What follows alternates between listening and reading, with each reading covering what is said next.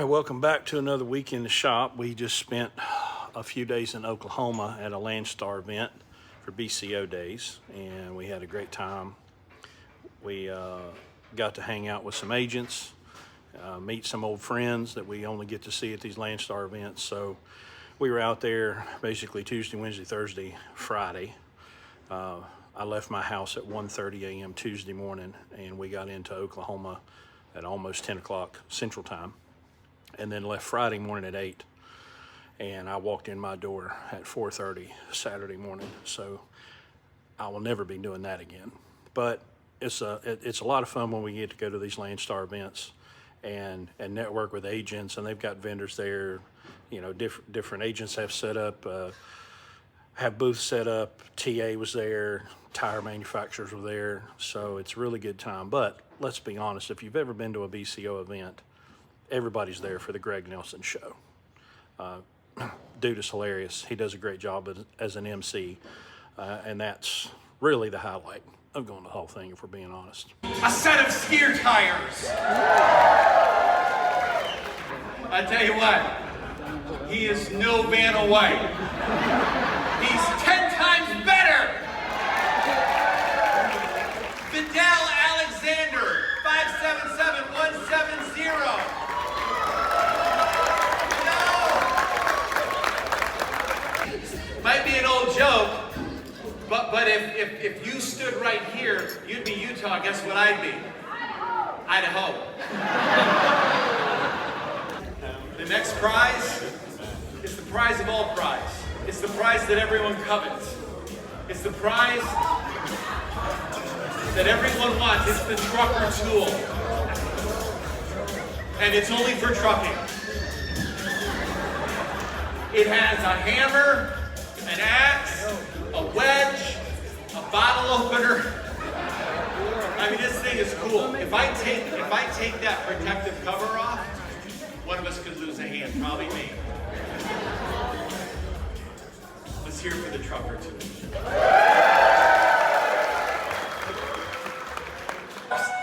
Hoo-ha! Do that. I'm serious. You might win if you do that. No, if she falls, we never play slots again. Go ahead, get hoo-ha!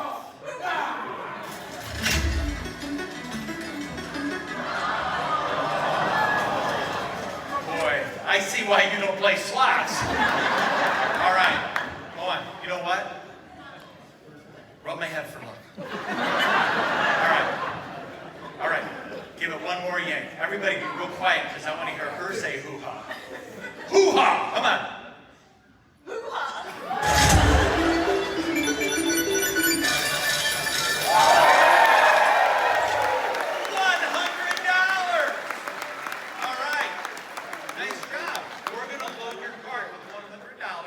So, do you know the last four of the card?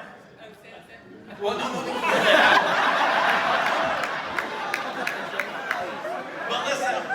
Melissa will get it.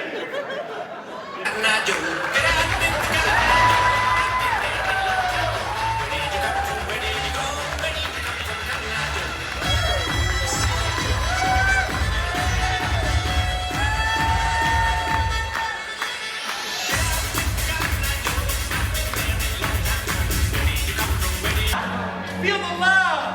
That table's got love! Touching you! Everybody! Sweet Caroline! The times never seem so good.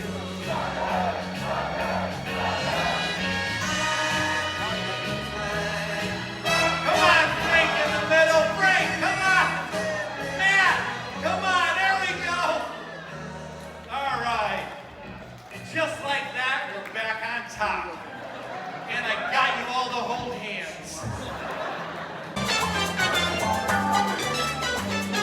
All right, how many people have been here when we played Mystery Cash? How many people is it a complete mystery to? We're gonna have some fun. In my hands are 5 envelopes from $200 to $50. It's a mystery. Nobody knows. I don't know. What's that say? Mystery Cash. Tamar, who's our first Mystery Cash contestant? Troy Goodall. Troy, stand up.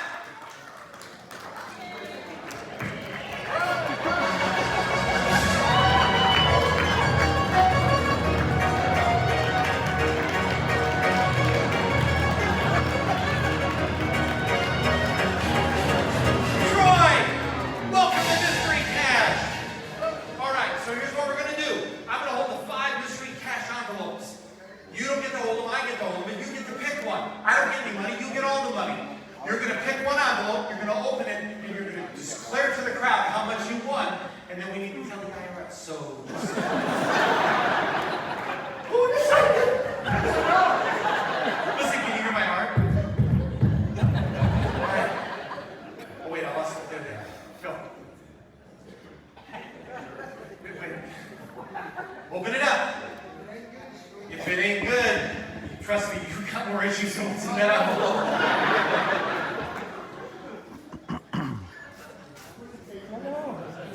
You can't use the envelope at Christmas. Rip it open. Well, how much is in there? Oh, no. 200! Oh, yeah.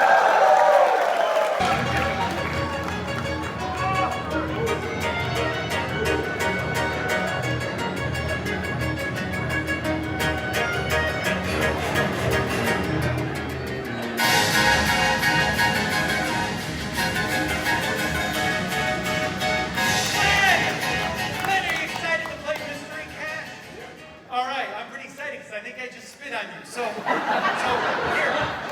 well, you want to face the audience. There are 4 left. Could be anywhere from 200, nope, 150, because he got the 200, 150 to 50. It's all cash. I don't know what's in it, by the way. It's all random. I wouldn't pick this one, though. I'm just kidding. Rip it open. Not in half, though, because that's bad. Come on, everybody, root for him.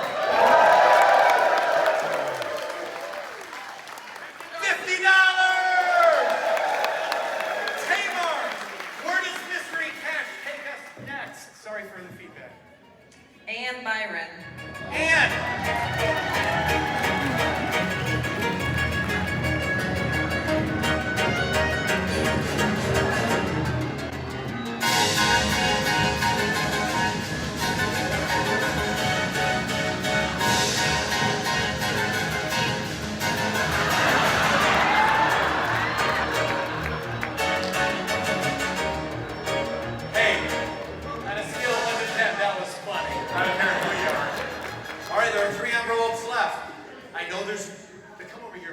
Feedback.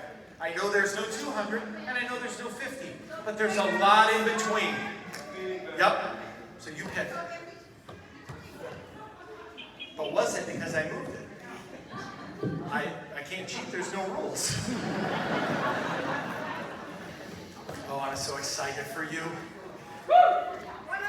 One Benjamin Franklin. Olivia.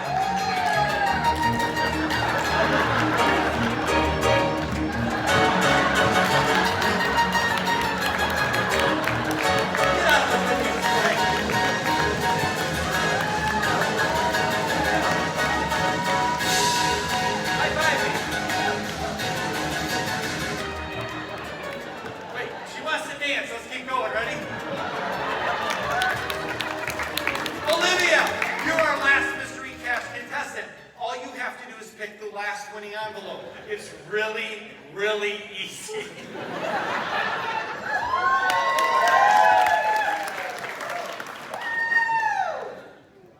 $100! Jared Anderson. Oh! Yeah. Let's go football! Let's go Goofy! Wait for this his whole life!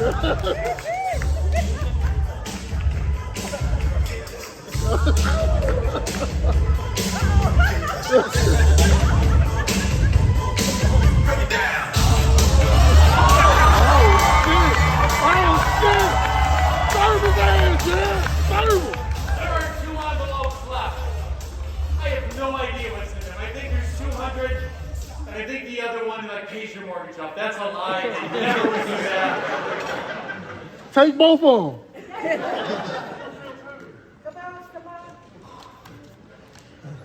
Moment of truth. Let's go. There you go. He's done that before. Yeah. $100.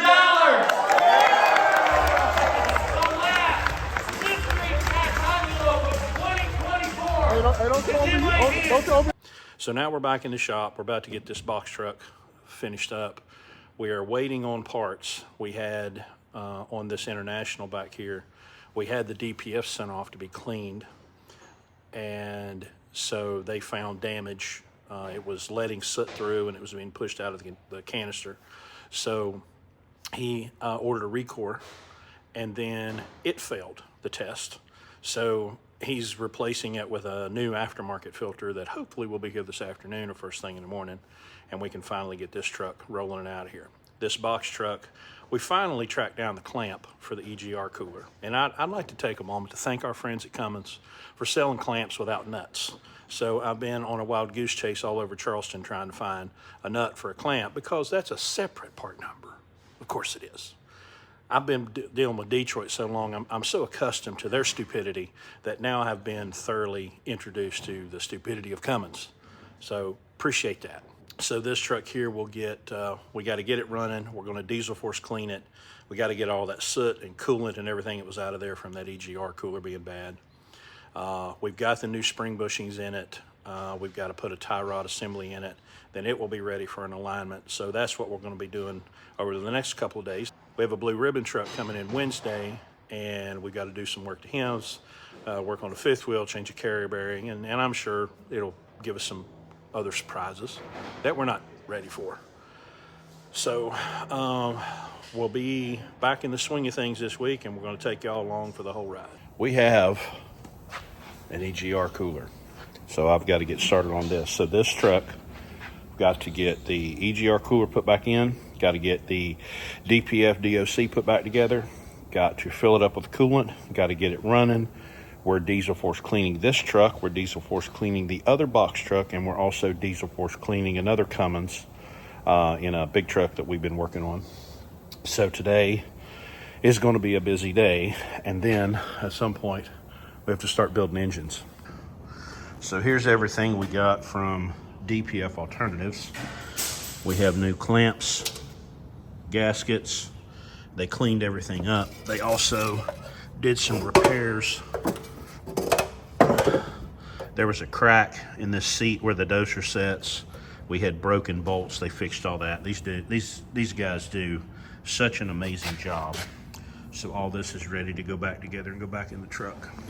So now let the work begin. All right, here are the crossover tubes that were before filled with wet soot. DPF Alternatives cleaned those out for us. Got all that straightened up. Got our gasket surfaces clean. We have all of our new seals, gaskets. That's for the EGR flange where it connects to the turbo. I'm waiting on a V-band clamp, but this thing is ready to start going back together.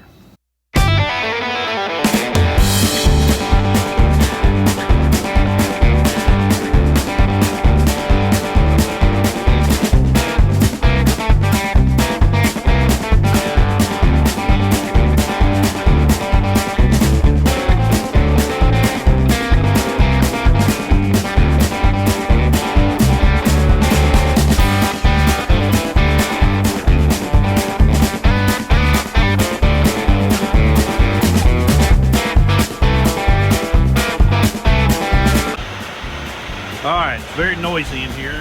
We got one getting diesel force cleaned over there. But I got the EGR cooler back on. I'm getting ready to fill it back up with coolant. And then I got to put the DPF back together.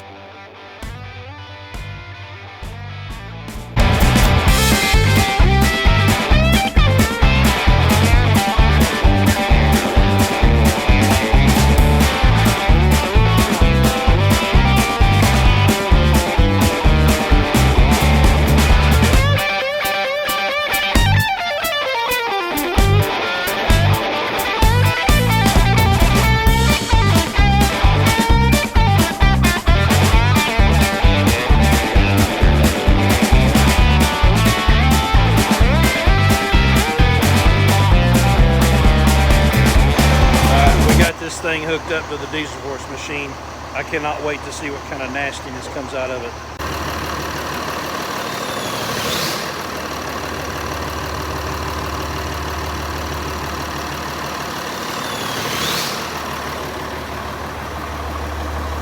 So that noise you hear is actuating the turbo and the EGR.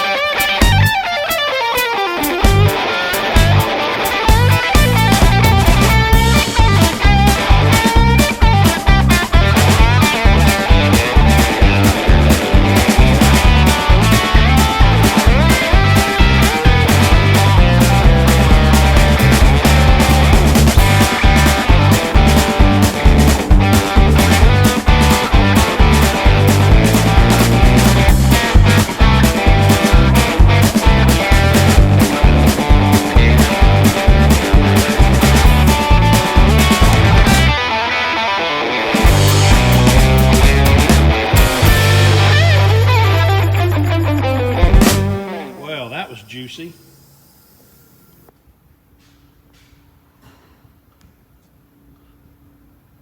I'll get a closer look in there once the pan's out of the way. Okay, so we got the canister put back on, and he's finishing up the steer axle alignment. We've got the oil changed, and we're getting ready to do a regen here in a minute. So we're considering changing our protocol here.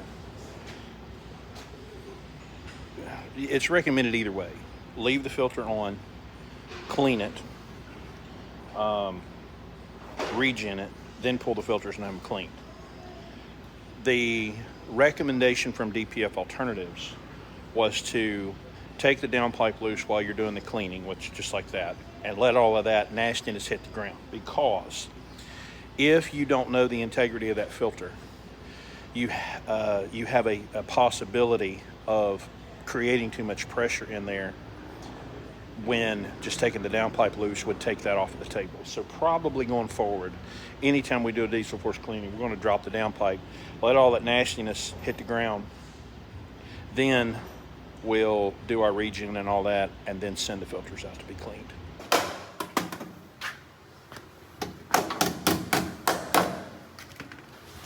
So what he's doing is tightening the clamps, smacking them with a brass hammer, and then you can tighten them more. And then you smack them with a hammer, and you tighten them more.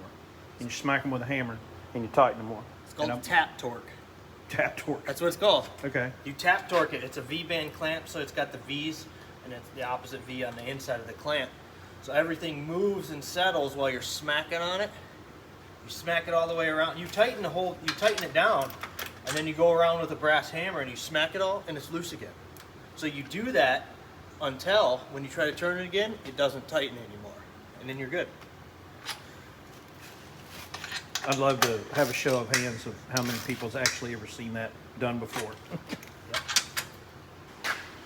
All right. Truck came in today with a little slop in the fifth wheel. So we're putting these new plates, bushings, and we put a jaw rebuild kit. And I guess we're fixing to get dirty and slap this thing, turn it back over.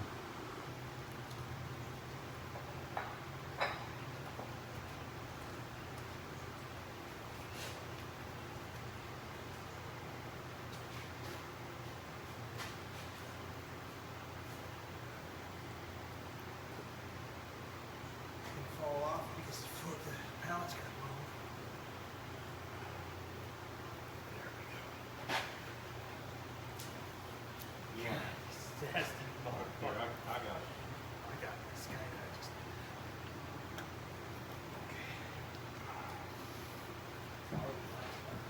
Pretty cool. Come toward me. All right, hold up.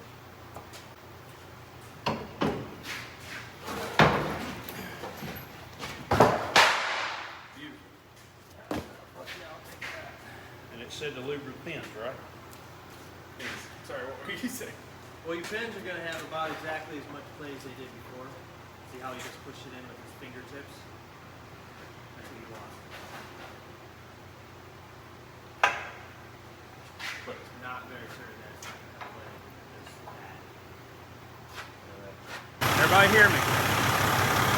The engine fan is controlled by air pressure from a solenoid.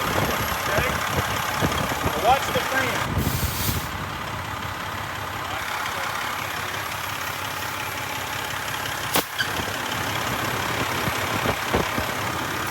The ECM has to command this thing on and off. It's on for two reasons. One, air conditioner. Two, engine temperature.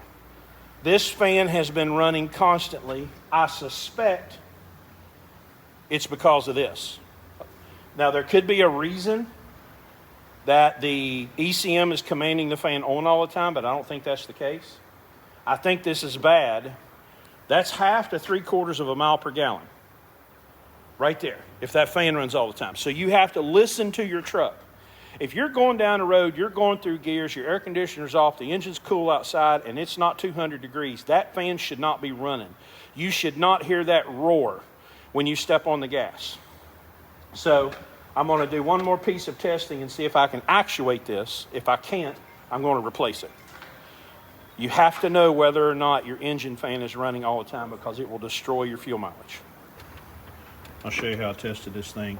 So I've got power and ground coming through here. This thing has air pressure to it. So I should be able to put power to this and that thing start blowing air. And it's not doing anything. So the solenoid's bad. All right, it's Thursday morning. I catching up here because ran out of footage. Kyle is fishing this week. And so he sent me some videos for another project. But so let me catch you up on what I'm doing here. So last week, Thursday on the live, I was working on this truck. This is where we replaced this alternator, and I ran a new wire all the way over because up here I found that the wire was completely gutted. I'll see if I can superimpose a picture of that. But I found that wire completely gutted. The alternator was doing all kinds of weird stuff. So replaced the alternator, rewired all of that. Now we've got an AC issue. First of all, this switch was bad, which was making the AC run all the time. It was freezing up, but it's failing the leak down test. So everything else it's got new lines on it. We've sprayed everything down. So we're getting ready to put a new evaporator, which I had ordered a couple months ago and actually didn't get to.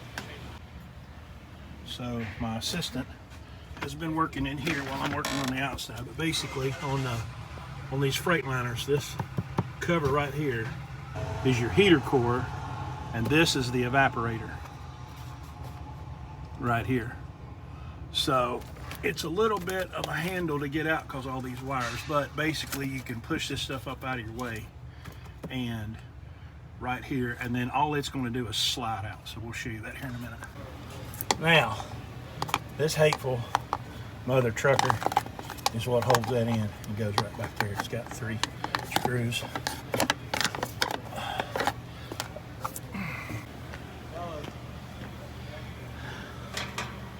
Yep. It's wet and dirty, but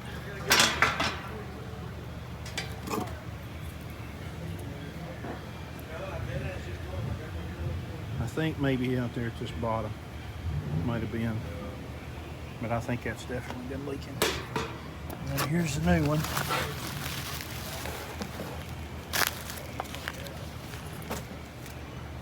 Comes with expansion valve. I'll just put new stat seals on it, shove her back in there. New seals.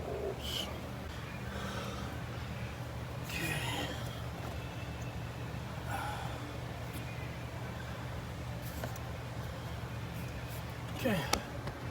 New seals on it. All right.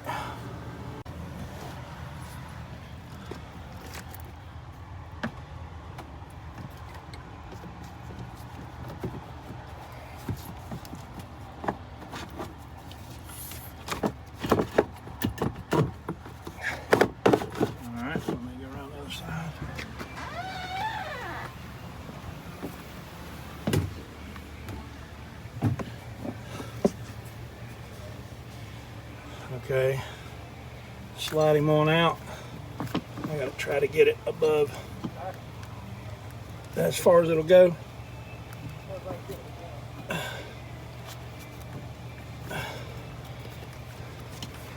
Yeah, it's got to come a little further. Yeah, they can be a little hateful to get them to come back out. Okay, so it's back in there. Got that little plastic clip, and then I got my bolt in there. It's holding my flange with my 2 new seals. Okay. 3.75 button. Check. Okay.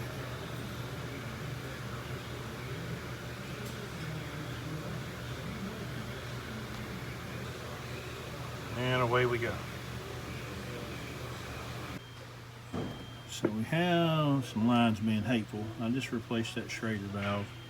I'm going to try to replace this one because we think this is where we got a leak. It won't hold vacuum. So I'm going to try that and see what happens. Well, here we are. How'd I get dirt in my eye? I'm working on an air conditioner. So I've been playing with a computer box, and for some reason the AC compressor runs all the time, but everything is everything the way it's supposed to everything. I've looked at all the parameters and the bleep bloops and the demi whittles and the doodabs and the whatnots. I mean, it works. We think the AC machine might have a problem because it was showing a vacuum loss after we vacuumed the system. But we have been all over this truck from front to back, top to bottom with a Freon sniffer, and it's not sniffing. I changed one of the, what you call them, the Schrader valves, because it sniffed a little bit there.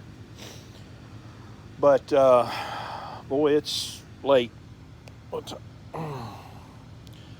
It's almost 7:30. I'm supposed to post this video in 41 minutes, and I'm not even going to be home for 2 hours. So I wish y'all the best of luck watching this video sometime after midnight, but I'll get it there, don't worry.